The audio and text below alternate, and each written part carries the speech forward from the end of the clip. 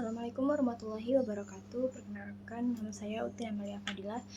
Saya dari Prodi PGMI. NIM saya 124100060.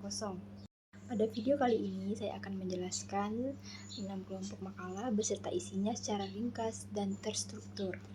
Makalah pertama yaitu yang berjudul Kedudukan Alam Semesta, Manusia, dan Ilmu Pengetahuan dalam Perspektif Pendidikan Islam. Yang pertama, kedudukan alam semesta dalam perspektif pendidikan Islam.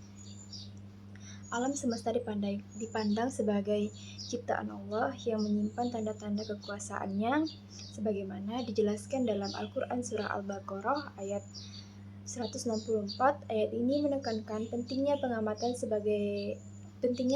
alam sebagai bentuk pendidikan yang memperdalam iman. Fenomena alam bukan sekedar objek fisik, tetapi memiliki nilai spiritual yang mendalam. Melalui terfakur terhadap alam, manusia diajak lebih dekat kepada Allah, menjadikan pembelajaran bukan sekedar akademik, melainkan juga spiritual. Yang kedua, kedudukan manusia dalam perspektif pendidikan Islam. Manusia diciptakan sebagai makhluk terbaik yang terdapat di dalam Quran Surah At-Tin ayat 4 yang memiliki potensi akal untuk memahami wahyu, baik dari Al-Quran maupun dari alam. Manusia dipilih sebagai khalifah di bumi yang disebutkan dalam Quran Surah Al-Baqarah ayat 30, mengandung tanggung jawab besar untuk memelihara bumi, menjalankan hukum Allah, dan menjauhi kerusakan. Yang ketiga, ilmu pengetahuan dalam perspektif pendidikan Islam.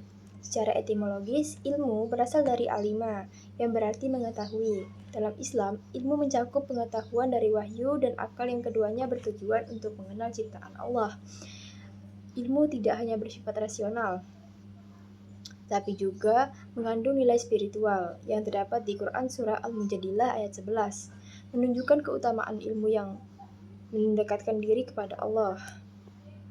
Kesimpulan dari kelompok makalah 1 yaitu pendidikan Islam memandang alam semesta, manusia, dan ilmu pengetahuan sebagai elemen yang saling membentuk manusia yang utuh. Alam semesta diposisikan sebagai tanda kebesaran Allah dan media pembelajaran spiritual. Manusia sebagai khalifah memiliki tanggung jawab moral, sosial dalam menjaga keseimbangan kehidupan, dan ilmu pengetahuan dijadikan sarana untuk mendekatkan diri kepada Allah, bukan semata pencapaian kognitif. Baiklah, makalah yang kedua yaitu hakikat dan tujuan pendidikan Islam. Pengertian dan hakikat pendidikan Islam. Pendidikan Islam adalah proses pembinaan manusia secara menyeluruh yang berlandaskan ajaran Islam, bertujuan membentuk pribadi yang beriman, bertakwa, berakhlak mulia, serta memiliki pengetahuan yang berguna bagi kehidupan dunia dan akhirat. Secara etimologis, istilah pendidikan dalam Islam sering diungkapkan dengan 3 istilah, yaitu tarbiyah, ta'lim, dan ta'dib.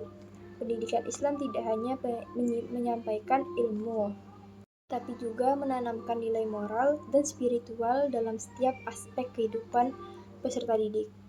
Yang kedua, ada sumber dan dasar pendidikan Islam. Sumber pendidikan Islam terdiri dari Al-Quran sebagai rujukan utama, diikuti oleh As-Sunnah, pendapat sahabat, kemaslahatan umat atau marsalah, tradisi yang tidak bertentangan dengan syariat atau urf, dan hasil ijtihad para ulama. Al-Quran dan hadis menjadi dasar ideal pendidikan Islam, sementara sumber lainnya memperkaya dan menyesuaikan penerapan pendidikan sesuai konteks sosial dan budaya.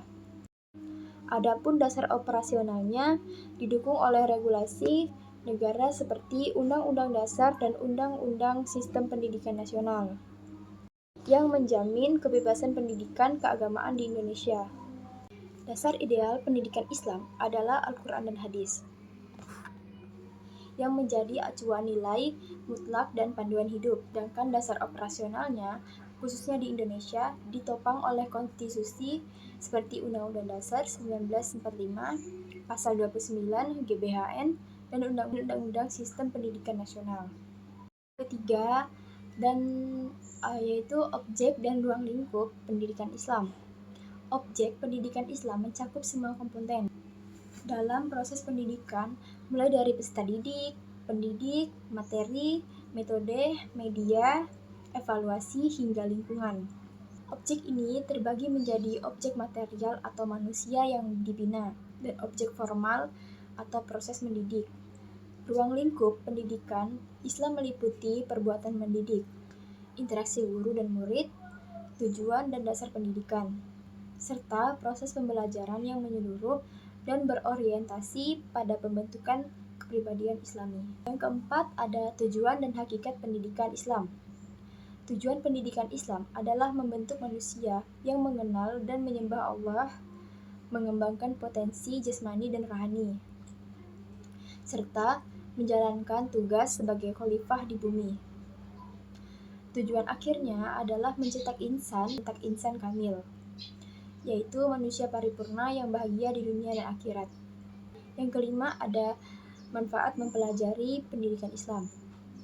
Pendidikan Islam berfungsi sebagai sarana pendidikan kepribadian yang utuh, pelestarian nilai-nilai ilahiyah, dan pengembangan ilmu yang seimbang antara dunia dan akhirat. Jadi, kesimpulan dari makalah tersebut yaitu pendidikan Islam adalah proses yang bertujuan membentuk manusia seutuhnya, yaitu insan yang beriman, bertakwa, berakhlak mulia, berilmu, dan mampu menjalankan peran sebagai khalifah di bumi. Dan yang ketiga, ada tugas dan fungsi pendidikan. Yang pertama, ada pengertian pendidikan. Pendidikan secara etimologis berasal dari berbagai bahasa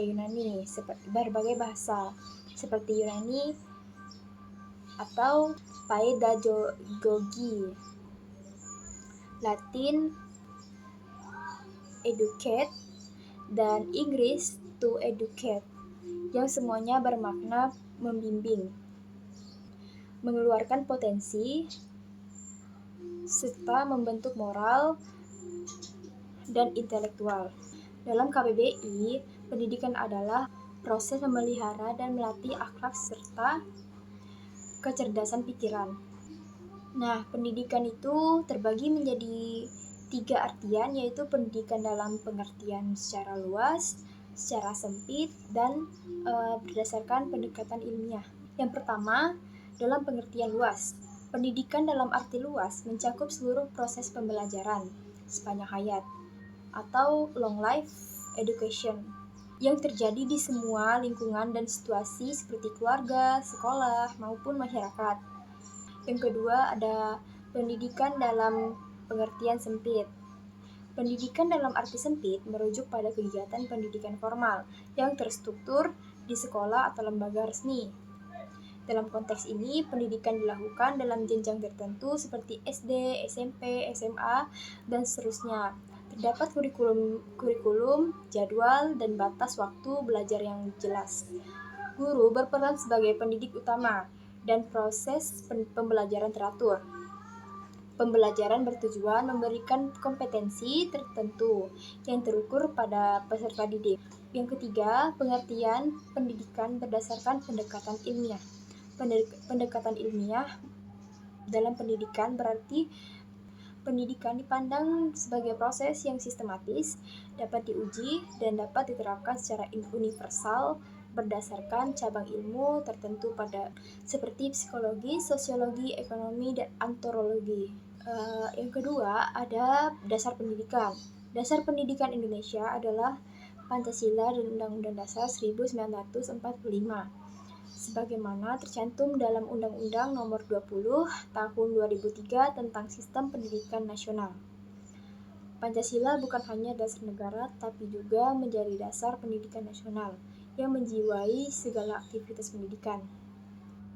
Tujuannya adalah membentuk manusia Indonesia seutuhnya yang mengamalkan nilai-nilai Pancasila dalam kehidupan pribadi, bermasyarakat, berbangsa, dan bernegara. Yang ketiga, ada asas pokok pendidikan. Nah, asas pokok pendidikan ini terbagi menjadi 2, yaitu asas Tutwuri Handayani dan asas pendidikan seumur hidup. Asas pendidikan Tutwuri Handayani ini yaitu asas yang berasal dari filosofi Ki Hajar Dewantara dan berbunyi lengkap Ingarsa Sung Tulada, Ing Madya Mangun Desa, Mangun Karsa, Ing Madya Mangun Karsa, Tuturi Handayani, yang artinya yang pertama, di depan memberi contoh atau teladan, di tengah memberi semangat atau motivasi, di belakang memberi dorongan atau pengawasan dan dukungan. Ada asas pendidikan seumur hidup. Asas ini menyatakan bahwa pendidikan berlangsung sepanjang hayat, dari dalam kandungan hingga akhir hayat. Keempat, ada fungsi pendidikan. Fungsi pendidikan secara umum yaitu berfungsi membantu siswa dalam mempersiapkan diri dan menjadikan mereka individu-individu yang bertanggung jawab. Fungsi pendidikan akan difokuskan pada dua fungsi pokok pada pendidikan, yaitu yang pertama ada pendidikan sebagai penegak nilai. Pendidikan berfungsi menanamkan, menjaga, dan melestarikan nilai-nilai dalam masyarakat seperti nilai agama, moral, sosial, ekonomi, dan budaya. Nilai-nilai ini membentuk dasar etika dan perilaku warga negara yang baik. Pendidikan harus selektif dalam memilih nilai yang diajarkan agar tidak menimbulkan konflik dengan nilai-nilai agama dan budaya yang berlaku. Yang kedua, ada sebagai sarana pengembangan masyarakat. Pendidikan sebagai sarana pengembangan masyarakat. Pendidikan merupakan alat penting dalam meningkatkan kualitas masyarakat. Dengan pendidikan, masyarakat mampu mengembangkan dirinya, menyesuaikan diri dengan perubahan, dan menjadi lebih maju. Setiap individu yang terdidik akan menjadi agen pembaruan dalam lingkungannya, baik dalam keluarga maupun masyarakat luas. Yang kelima, ada tujuan pendidikan.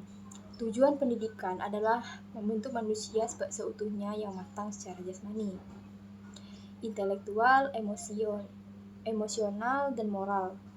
Dalam konteks nasional, tujuan pendidikan Indonesia adalah mencerdaskan kehidupan bangsa dan membentuk manusia Indonesia yang beriman, bertakwa, berakhlak mulia, sehat jasmani dan rohani, berilmu, mandiri, serta bertanggung jawab sebagai warga negara. Tujuan pendidikan selalu berkembang melalui dinamika zaman dan kebutuhan masyarakat. Dan yang keenam, ada tantangan pendidikan di era globalisasi.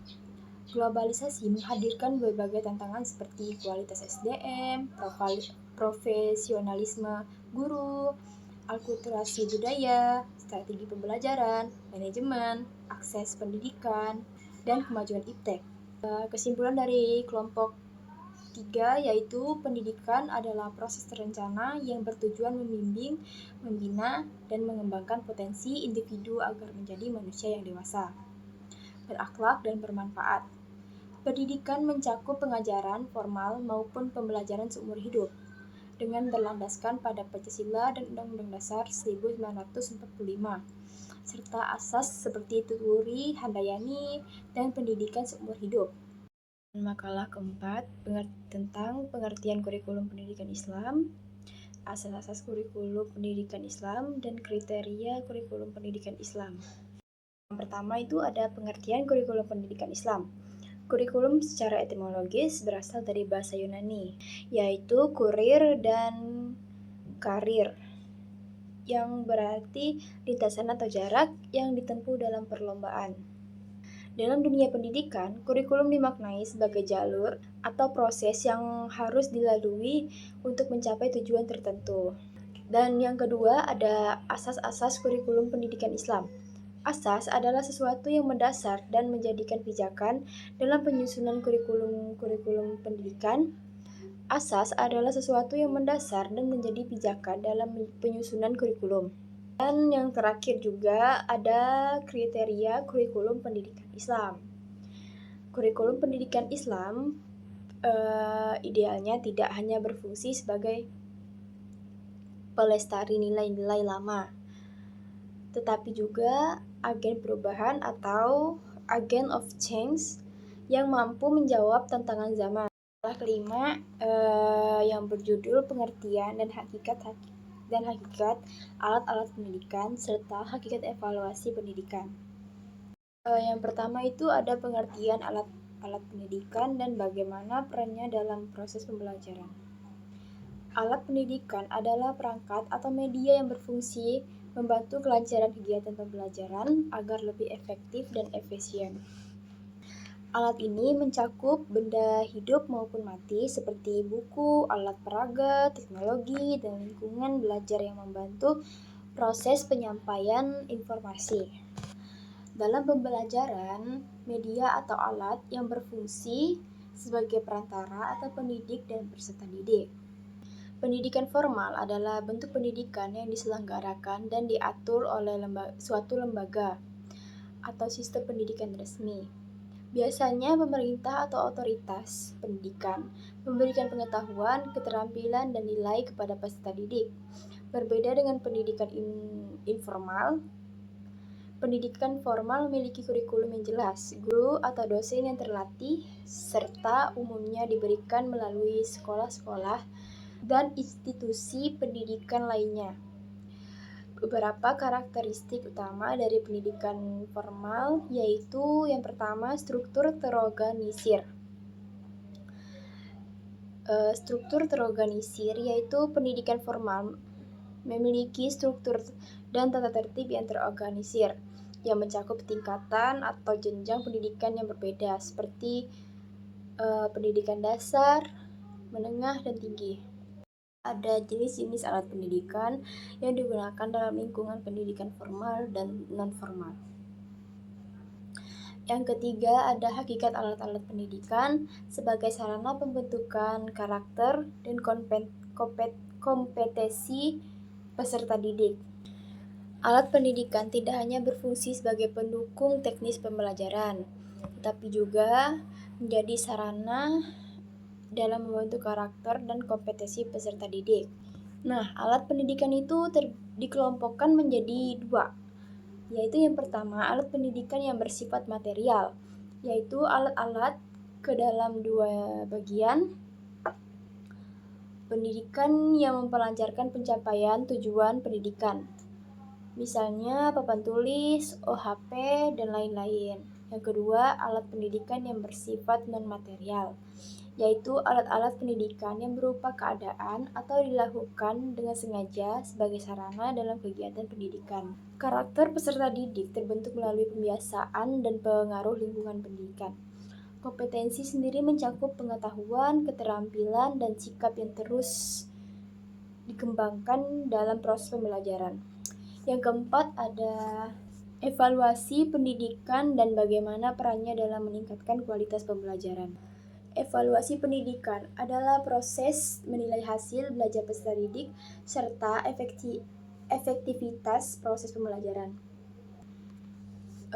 Kesimpulan dari makalah tersebut, kelompok tersebut, yaitu alat pendidikan dan evaluasi adalah dua komponen penting dalam proses pendidikan. Alat pendidikan berperan dalam menyampaikan materi, memotivasi peserta didik, dan membentuk karakter serta kompetensi mereka. Sementara itu, evaluasi berfungsi untuk menilai efektivitas pembelajaran dan sebagai dasar perbaikan berkelanjutan. Keduanya dapat dipisahkan karena saling mendukung untuk menciptakan sistem pembelajaran yang berkualitas, efisien, dan berorientasi pada pengembangan potensi peserta didik secara optimal. Makalah kelompok terakhir yaitu pengertian dan hakikat pendidik dan pengertian dan hakikat peserta didik. Yang pertama yaitu pengertian dan hakikat pendidik. Pendidik adalah orang yang memiliki tugas dan tanggung jawab untuk mendidik, mengajar, membimbing, serta mengarahkan ke peserta didik agar mencapai tujuan pendidikan yang telah ditetapkan. Pendidik tidak hanya berperan sebagai penyampai materi pelajaran, tetapi juga sebagai pembimbing, fasilitator, motivator, dan teladan bagi peserta didik. Oleh karena itu, pendidikan harus memiliki pemahaman yang luas tentang berbagai aspek pendidikan, termasuk perkembangan psikologis pendidikan peserta didik, metode pengajaran yang efektif, serta cara menciptakan lingkungan belajar yang aman dan mendukung. Yang kedua, ada pengertian dan hakikat peserta didik. Peserta didik adalah individu yang mengikuti proses pendidikan dengan tujuan untuk mengembangkan diri, memperoleh ilmu pengetahuan, keterampilan, dan juga pembentukan karakter. Peserta didik tidak hanya dianggap sebagai objek yang menerima ilmu pengetahuan, tetapi juga sebagai subjek yang aktif dalam pembelajaran. Peserta didik memiliki peran yang sangat penting dalam membentuk jalannya proses pendidikan. Mereka bukan hanya mendengarkan dan menyerap materi yang diajarkan, tetapi juga berperan dalam menentukan bagaimana cara mereka belajar, serta bagaimana cara mereka berinteraksi dengan dunia luar. Kesimpulan dari makalah tersebut yaitu pendidik dan peserta didik memiliki peran yang sangat penting dalam proses pendidikan yang efektif dan bermakna. Pendidik tidak hanya berfungsi sebagai pengajar, tapi juga sebagai fasilitator, pembimbing, dan teladan yang mampu menciptakan suasana belajar yang nyaman dan mendukung perkembangan peserta didik. Pendidik juga harus memiliki kompetensi yang luas, tidak hanya dalam hal materi pembelajaran, tapi juga dalam hal kemampuan pedagogik, sosial, dan digital. Baiklah, sekian dari penjelasan yang saya ambil dari makalah 6 kelompok tersebut. Wassalamualaikum warahmatullahi wabarakatuh. Terima kasih.